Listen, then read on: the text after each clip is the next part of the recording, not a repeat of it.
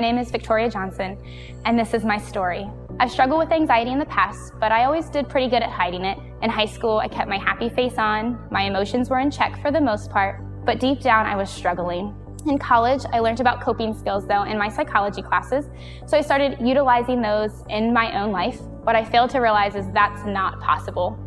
After college, my anxiety worsened. Loneliness was one of the major key aspects that I felt. Even though I have family all around me, everybody lives near me, even though I have a church family that supports me and prays with me, there's still that feeling of being lonely, even in the midst of a crowd. And I constantly was feeling that day in and day out. And so the beginning of 2018 is probably when I started to really feel the most pressure from it. I had anxiety about so many situations that I felt inadequate and undervalued. I had this fear that one day I would lose control and prove once and for all I was incapable of success. I was able to kind of cope with it for a little bit and push it aside, which is not healthy, and I know that now, but that's just how I handled anxiety. I kind of just shoved it to the side. But about a year ago, my life came crumbling down when my dad was diagnosed with cirrhosis of the liver. In that moment, I felt so helpless and out of control that the volcano of emotions erupted. I was sitting folding laundry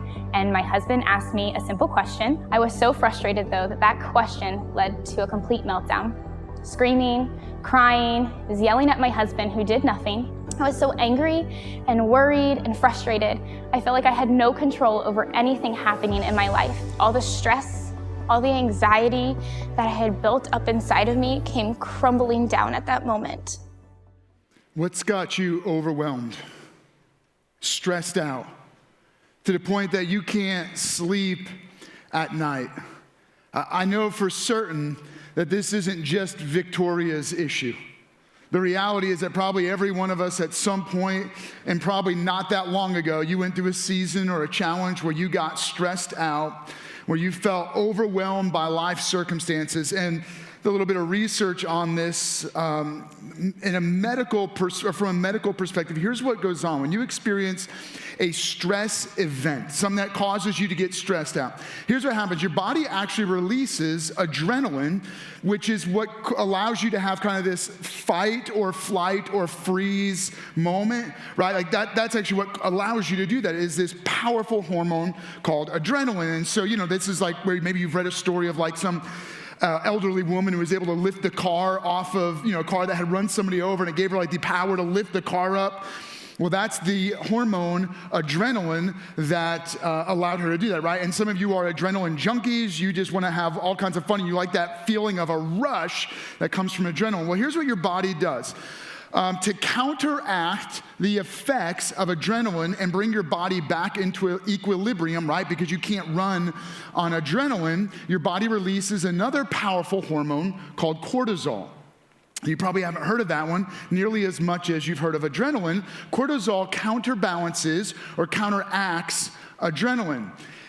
So the more stressed out you become, or the longer you're stressed out, the more cortisol your body releases. Now, what you might not know, unless you've studied this, is that through research, they've discovered the effects of cortisol on your body. Check this out. Cortisol will actually affect your ability to make good decisions. It will actually deteriorate your critical thinking skills so that in the moment when your body is flooded with cortisol, you literally feel like you can't think.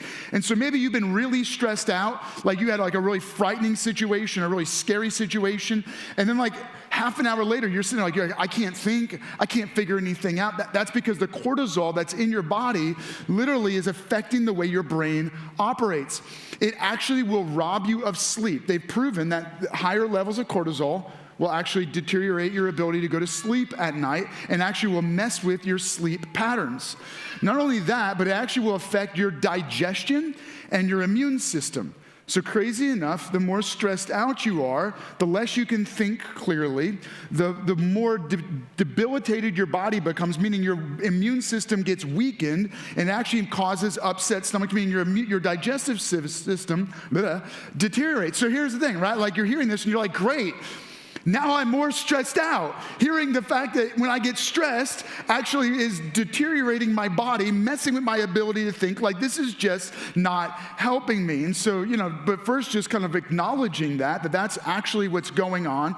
And all of us at some point or another have been in places where we feel overwhelmed, where we feel surrounded by our own fears, surrounded by the anxieties, the stresses of life. But it's not the circumstances, it's the stuff we tell ourselves, right? It's what's going on inside of us that begins to surround us and drive fear, drive worry, drive anxiety, and under the surface are these deeper fears of inadequacy, of insecurity, of guilt, of shame, of I'm not good enough, I can't, it'll never work out, right?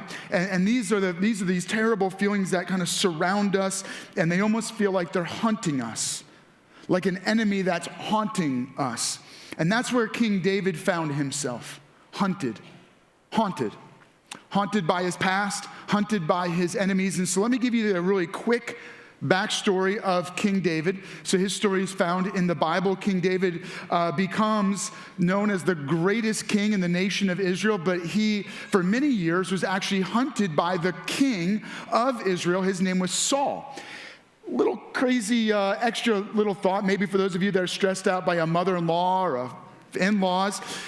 David's in-law, his father-in-law, was King Saul, who was hunting him in the mountains. So imagine your own father-in-law is like chasing you down with the entire army of a nation trying to kill you. Talk about family dysfunction. And so King Saul goes out to battle against the enemies and gets killed. His sons get killed. And very quickly, the nation comes and crowns David king. But no sooner is he crowned king than the enemies of the nation come to kill David. So this is going to be the shortest reign of any king. He gets the crown, and now he's going to be killed. And this is where the story is going to pick up. I'm going to bring you to a book in the Old Testament called 1st and 2nd Samuel, where this prophet is recording the history of the nation. And we're going to jump into this moment. It's shortly after David becomes king, and it reads this way. When the Philistines heard that David had been anointed king over Israel, they went up in full force to search for him. But David heard about it and went down to the stronghold. Now the Philistines had come and spread out in the valley of Rephaim. So I'm going to give you just a little bit of insight here, and we're going to kind of hear, let me see, maybe I'm going to keep reading. And at that time, David was in the stronghold, and the Philistine garrison was at Bethlehem. David longed for water and said, so check this out. So David is thirsty, and so here's what he says. Go ahead, you guys can jump to the next slide. Oh, that someone would get me a drink of water from the well near the gate of Bethlehem. And so kind of here's the rest of the story. These are mountains that David's super familiar with, because David was born and raised in Bethlehem. His father, Jesse, raised his son. So David is one of 8 brothers. They grew up in Bethlehem, and David was the shepherd of the family's sheep. And so he would take the sheep up into these mountains. Now, where David is at in this moment is way up in the mountains. He's up in the crags and rocky places, and in there is a cave. It becomes known as the cave of Adullam. But from that cave, where David retreats to hide from the Philistine armies, he can look out and see the pasture land where he would have grazed the sheep. He can also see the pools of water that he would have brought the sheep to drink. And down right into the lower part of the valley, there was a favorite pool of David's. And David remembered drinking that water as a boy, and this water is sweet to him. And not only is it sweet water, but at this moment when he's being hunted and he's being surrounded by his enemies, and not only by his enemies, but I would imagine that the fear, the doubt that begins to circle him, he's looking out at the valley and he remembers a calmer time. He remembers a time in life when it wasn't quite as stressful, wasn't quite as overwhelming, and maybe for you right now, that's how you feel. You look back on quieter times, sweeter waters, pastures that looked a whole lot greener than they do right now. And David up in this cave where he could stick his head out and he could look out at the pasture land, look out at the quieter waters, where he's thirsty for a drink of water. It's probably very likely that in this cave, David wrote the most famous psalm ever written, the most famous poem ever written, Psalm 23. And so I'm going to jump in. I'm going to read to you just kind of the opening verses where David writes, "The Lord is my shepherd, I lack nothing." I unpack that in the first part of this sermon series. And then he writes this: "He makes me lie down in green pastures." Could you see it? David's up in this cave. He's in these rocky parts of the cliffs and mountains, but he's looking out at where he once grazed the sheep. And he says, "Because my Lord is my shepherd, he makes me lie down in green pastures. He leads me beside quiet waters." And he's looking out at the pools down in the valley where right now there are Philistines camped out to kill him. And I don't know what David's thinking, meaning I don't know why he believes that God as his shepherd is leading him to lie down in green pastures or beside still quiet waters, because if I'm like him, I'm scared out of my mind. I just became king and now an entire army is trying to kill me. I'm not exactly thinking, "Oh God, you're such a good shepherd. I mean, you're just making me lie down in green pastures. You're leading me beside quiet, still waters." I'm thinking, "God, what are you doing? God, where are you? God, what is wrong? Why have you abandoned me? God, why have you rejected me? What did I ever do to you?" And David's there writing, "The Lord is my shepherd, I lack nothing. You lead me to lie down in green pastures and beside quiet waters." David knew something. Surrounded by enemies and fear and anxiety that you and I so often miss. And it would be this. David knew that he could rest in peace. David discovered what it means to rest in peace. Now, R.I.P. You don't usually hear that in a way of celebrating. That's not usually a good statement. Usually we whisper that at someone's burial. We say, "Rest in peace." But David discovered that you don't have to die to rest in peace. Now, he might have been thinking he was about to die, but he actually discovered that he could rest in peace because God, the Lord, was his shepherd. And so how is that possible? And that's what I want to just hopefully unpack for you. We don't have to wait to die to rest in peace. And doesn't that sound amazing? I mean, you heard Victoria's story and you probably quickly related to it in your own, what you're feeling, what you're walking through, what you're experiencing. And yet, when I share with you rest in peace, you're like, "Man, that's exactly what I want. That's what I need tonight. When I put my head down on the pillow, I want to be able to rest in peace." So why don't we have that? Why don't we experience that? Because what's surrounding us is not our enemies. We're not surrounded by a terrible boss or financial problems. It's not the troubles in the world around us that are surrounding us. What's surrounding us are the thoughts, the worries, the anxieties, the overwhelming feelings that are stirring up inside of us.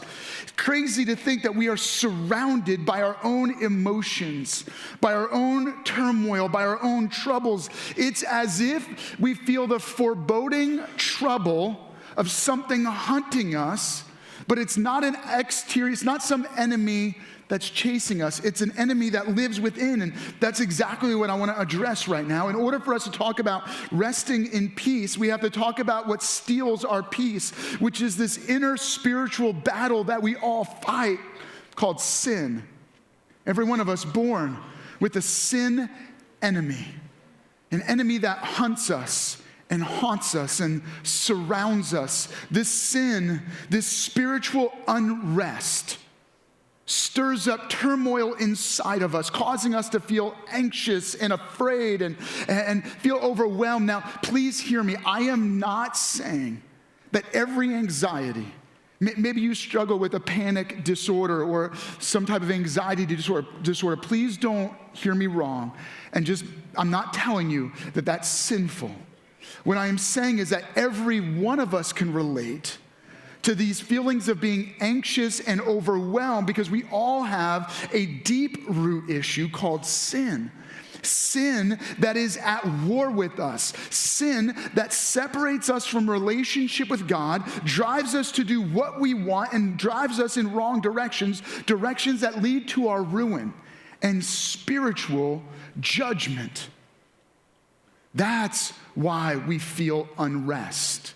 That's why we feel turmoil, because there is a spiritual war raging inside of us, even if we were on vacation or even if the beach was surrounding us. We would still feel turmoil and anxiety and feel overwhelmed because there's a deeper root that is causing and producing the fruit of stress and anxiety and trouble because you and I feel deeply unrested. Okay, so what's the answer? Well, I want to bring you back to this story for a moment. Hopefully I can unpack this story for you. David in this cave, he's looking out and he says, man, I'm thirsty. I wish I could have a drink from that sweet water down in Bethlehem. And so his friends, they think that's exactly what he needs, that'll take away the stress. If he gets a drink of that water, that'll fix the problem, right? And so this is kind of a physical solution to a spiritual crisis. So check it out. So David went to Baal Perazim, and there he defeated, I'm jumping way ahead. Hang on a second. Sorry, guys, I jumped ahead here. So wait, let me tell you the rest of it before I read this. So his friends go down. They get him a big drink of water. They actually go through the enemy camp. They go to this pool in Bethlehem. They bring him a drink of water. And they bring it to David back up at the cave of Adullam. And when they bring it to him, David's a little overwhelmed. He's like, are you kidding me? You guys put your life on the line in order to give me a drink of that water? And man, like, those talk about great friends, right? But David recognizes the moment. He doesn't need a physical solution to a spiritual crisis. So here's what David does. He takes the water that his friends just put their neck on the line for, and he pours it out on the ground. But here's why. He goes like this. No, I'm not going to drink this because this is like blood.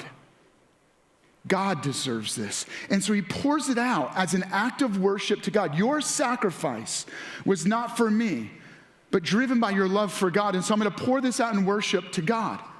But David catches something. David believes that God will pour out his presence like water over his enemies, meaning God will rush in to protect him. Check this out. This is the next moment, right? So David goes out. They fight against these enemies. They go to war, they battle, and they win. And David says this. David went to Baal Perazim, and there he defeated them. He said, as waters break out, the Lord has broken out against my enemies before me. So he goes with his sword. His friends, they go to battle, and they defeat the enemy. And yet David says this. Just like I poured out this water in worship to God, God flooded his presence from heaven and defeated my enemies because I put my trust in him. There's an important picture here. David found his rest in God, right? He rested in peace because he believed that God would flood from heaven to fight for him.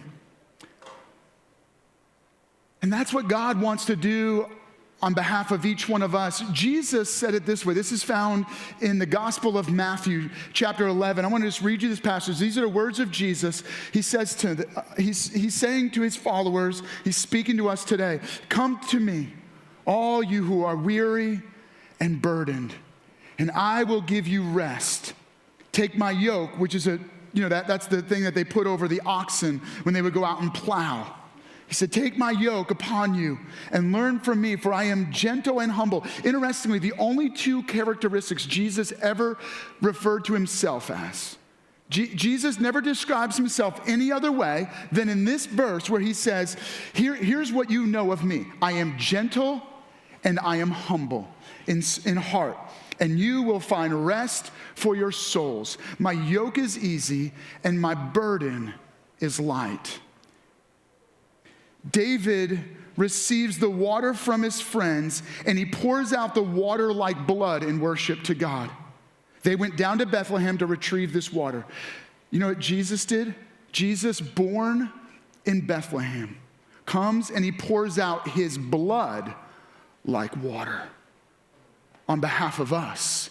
Jesus saw that you and I were surrounded by the enemy of sin and eternal judgment, and so God becomes one of us to take on the battle of our sin. So when Jesus dies, he pours out his life. He pours out his blood as a sacrifice so that anyone who believes in Jesus by faith is forgiven of their sin and given new life, because Jesus not only died, he rose again from the dead, and in the power of his resurrection, he conquers the grip of sin. He frees us from the fear of death and eternal judgment. So when we believe in Jesus by faith, we're not only forgiven, but we're given new life, because God's Spirit, which is eternal and invisible, comes and lives in our spirit, and he transforms us and gives us the promise of new and eternal life. And with God's Spirit in us, we discover that regardless of the circumstances that are surrounding us, regardless of the troubles that are threatening us, regardless of the enemy that is hunting us, we could look out from the cave of Adullam at an entire enemy camped in the valley, and we can say like David, "The Lord is my shepherd, I lack nothing." He invites me to lie down in green pastures. He leads me beside quiet waters. In fact, let's just pull that up. Let's read that again. I hope that as you're reading this, what you do is you get a picture like David had, with an enemy camped against him, surrounding him with fear that could have overwhelmed him. And David is writing, "He makes me lie down in green pastures. He leads me beside quiet water." So what I want to do is I just want to take this verse and I want to unpack it for you and give you some really practical tools on how, regardless of what's surrounding you, you can rest in peace. The first thing I want you to discover is that you have to rest in God's peace. You don't, it's not just, this isn't just the peace of being on vacation. I love going on vacation. I like being at the beach. I'm somebody who loves hiking mountains, and I love that moment. You get to the top of a mountain and you're just looking down at the valley, and there's just this powerful, peaceful moment where you feel closer to God and you're overwhelmed by God's power and the fact that God created all of this. But the peace is not found from being on vacation or from being out in nature. The peace comes from God alone. And so we rest in God's peace. And so let me unpack that verse for you. David wrote, he causes me to lie down in green pastures. He leads me beside quiet waters. Let me explain what he's writing there. A shepherd in ancient times, there are seasons in the region where David would have lived where it would have been very hard to find green pastures and quiet waters.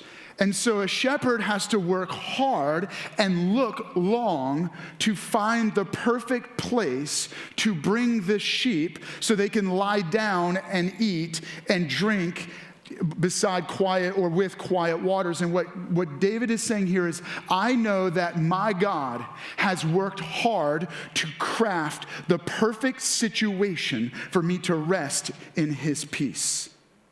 God worked hard to set up this moment so that I can rest in him. Here he is sitting, hiding in a cave, and he's saying, God, I trust that you have orchestrated the events of my life to bring me to this moment where I can rest in you, where I can trust you. You are in control. These aren't just my enemies, they're your enemies. They're not just coming to fight me, they're coming to fight you. And so God, I put my trust in you, therefore I can rest in you. Okay. What does it mean to find or lie? Why would he say that he makes me lie down in green pastures? Well, the lying down part is interesting because sheep don't just lie down. They're like really skittish, and so they're always like a little bit like they're like nervous creatures. And so they have to feel completely calm, and they have to believe that there is no threat anywhere in order to lie down. And what David's saying is, God, in your presence, I can totally trust that I am safe from my enemies, and I am willing to even lie down. Green pastures, this would be, what he's saying here is like the choicest, the best, like fresh green shoots coming out of the ground. That's what the sheep would love. And what David's saying is, God, you haven't just brought me to any ordinary pasture. You've brought me to the best. I know my enemies are camped out against me. I know I'm surrounded by people who want to kill me. But God, I believe that you've put me in the sweetest spot. The sweet spot is in your presence. Did you catch that? You're in the sweet spot when you're in the presence of God. And as a result, you can lie down and trust that God is in control. And then he says this, I lie down in green pastures. You lead me beside quiet waters. I love this part, the leading me beside quiet waters. First, it's interesting that God leads. I shared this in the first part of this series, the difference between the cowboy who drives the cattle and the shepherd who leads the sheep. Hey, I want you to catch this. If something is driving you, you're feeling driven. You might be driven by sin. You might be driven by shame. You might be driven by selfishness, but you are not driven by God. God does not drive anyone. If you are being pushed, if you're being shoved, it is not God. God does not drive anyone. God leads us. And God doesn't just point, right? He doesn't just go like, hey, there's some good water. Go in that direction. He doesn't tell you where it is. He doesn't just point you to it. God will actually lead you into what is best, which means our responsibility is to follow God's presence. When we get to green pastures, the only thing we have to do is lie down and eat. I love that. There are times when you know that you're in God's presence, the only thing you have to do is just lie down and eat. And when God is leading, the only thing you have to do is follow him. And he leads you beside quiet waters. What does that mean? Well, sheep, again, you have to think about sheep that are going to be shorn, right? They got like this thick wool around them, like they look much bigger than they actually are. Well, imagine them going up to a raging river. First of all, they might fall into the river, right? Now, if they fall in the river, or even if they they start drinking, if some of their wool gets into the river, it's going to get soggy and wet. It's going to pull them in. Sheep are not good swimmers. If they fall into a river, and their wool gets super heavy, it will pull them down and they will drown. And so the job of a shepherd is to find quiet or still waters, meaning a very slow-moving brook. Or a shepherd will do this. They will go and they will begin to build a little dam, so they can bring some of the water of a river. They will actually block it off so that it pours out into a pool area, and they will bring the sheep to drink from the quieter pool rather than trying to drink from the river. And here's what God's doing in our life. God is creating space where there is quieter, stiller waters. He's not bringing you next to a river that's raging. God may rage his river against our enemies, but for us, he brings us toward quiet waters, still waters. You don't have to be scared out of your mind. God's not trying to trick you. He's not trying to provide for you, but in a dangerous way. God is looking out for what is best in your life. He's leading you beside quiet, still waters. And so even though the world is raging around you, God is portioning off a quieter space for you to drink in peace, where you can rest in peace. Now, there are times when you've discovered the Lord as your shepherd. You lack nothing. He's brought you to lie down in green pastures. He's led you beside quiet waters. And then the next day, you get a phone call. And a week later, your mother-in-law calls, or your father-in-law is hunting you again. And you go, how is this possible? This is exactly what happened to David. Here he is. He probably wrote this psalm. He goes to battle. He wins the battle. He says, my God has broke out like a floodwater against my enemies. You know what? A very short time later, the same Philistines camp out in the same valley. Check this out. Once more, The Philistines came up and spread out in the valley of Rephaim. So David inquired of the Lord, and he answered. Here's the thing, right? Like, there are times when you thought you had it beat, and you thought you had it all figured out, and you finally have trusted God with that situation, and then somehow the anxiety comes back. All of a sudden, you're right back where you were before, and you're like, I thought I beat that.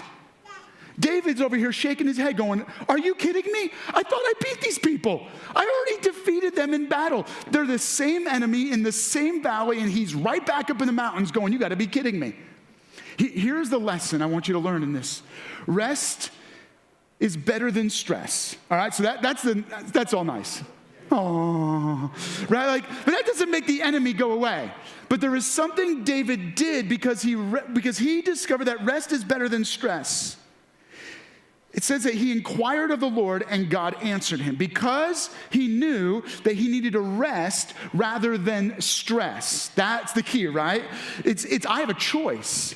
I can freak out and lose my mind and get all stressed out, and it ain't going to change the fact that there's an enemy camped against me. Or I can rest in the fact that God fights for me. God will lead me to lie down in green pastures. He will bring me to quiet waters. And so once again, God, I am going to rest in you. And that's what David does. David goes back to the Lord, and it says that he refreshes himself in the Lord, and he inquires of the Lord, what should I do now?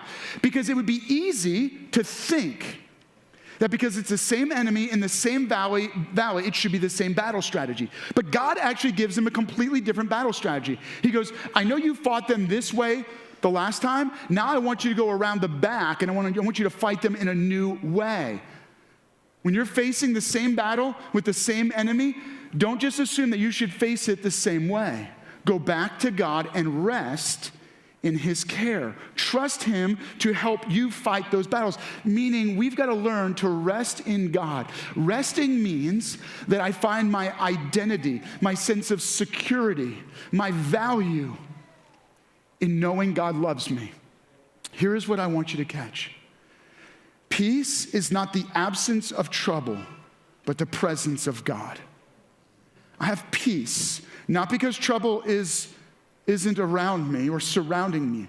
I have peace because I am resting in the presence of God, regardless of the enemies that are stalking me, regardless of the rumors or the threats or the disaster that is upon me. Even in moments when the jaws of the lion may feel like they're coming to crush me, I find my rest in God. Therefore, I don't get all stressed out and freak out. Again, am I going to get stressed out in certain moments? Yeah. Am I going to feel anxious? Am I going to feel overwhelmed? Yes, but when those feelings arise, I'm going to put my trust in God because it's his presence that gives me rest. Which means, why do you think that God, from the very beginning, gave us a day of rest? In the Old Testament times, it was called the Sabbath. In modern times, we take the concept of a Sabbath, which is you set aside one day a week as a day, of rest. 6 days are productive. Days to work, days to create. But there's one day where we cease from creating and we just rest. And some of you and I, we're not good at this, are we? I know I'm really bad at this. My tendency is to work all the time, because I feel like a slave to production. I have to create constantly. But God designed it that we take a day off just to rest and trust him. And in that moment, it's a holy day where we discover the sacredness of resting in God's presence. But it's not meant just to be one day. It's meant to be an everyday experience where, regardless of what is surrounding me, I say, God, I trust you. I trust that my peace is found in you. Therefore, I believe that rest is better than stress, but not rest like going on vacation or even just taking a day off. Resting in the fact that, God, you are for me, you provide for me, and you protect me. You've brought me into green pastures, and you lead me beside still waters. Now, my challenge to you is this. What one commitment do you need to make right now? Some of you, You're carrying an inordinate amount of stress because you're trying to do this life on your own. You're overwhelmed. You feel like you got to take care of every issue on your own. And there is a God who wants to be your shepherd, who wants to invite you to lie down in green pastures. He wants to lead you beside quiet waters. And for you right now, that moment would be to put your trust in Jesus Christ as your Lord and Savior. For others of you, this is a moment where you need to discover rest in God's presence and rest which is better than stress. So I'm going to invite you, I want you to think about what is that one commitment you can make today, right now, that would begin to release the stress from your life and begin to put your faith in a God who wants to give you his rest. As we're thinking and just contemplating that commitment, I want to invite you to hear the rest of Victoria's story. Check this out. And my husband reminded me of the thing that I have reminded so many other people, that seeking help is okay, and that seeking help is not making you weak. And so I did, and I still am. I'm still working with a professional to process through. But more importantly, I started working on my relationship with God. When I feel out of control, I'm reminded that he is my control. And I'm reminded that he's never gonna leave me. No matter what challenge I face in life, no matter what life throws at me, I'm never gonna be alone. Like myself, I'm finding an inner strength that I didn't know I had. I'm still a work in progress, and I still have many days when my anxiety is high, or I feel inadequate, or like I have no control over anything. But every day brings an opportunity for me to improve myself. When I fully rest in him, and when I take that time to really rest in him, I find more peace and more clarity in this situation. When I started to focus on the fact that God has placed so many people in my life, I realized that I am never truly alone. I know God's gonna bring me that comfort because he has brought me comfort time and time again. We hope that you've enjoyed today's experience. We also hope that this message has challenged you and will encourage you in the upcoming week. And if you made a decision to follow Jesus Christ today, congratulations. Welcome to the family and welcome home. One of the most important first steps that you can take is by letting us know. You can click the prayer tab, or you can visit us at lifehousechurch.org. And if this message or ministry has blessed you in any way, feel free to partner with us financially. You can click on the Give tab, or you can visit our website and click Give. We are so thankful that you joined us, and we are thankful that you are part of our extended family. We can't wait to see you back here next week.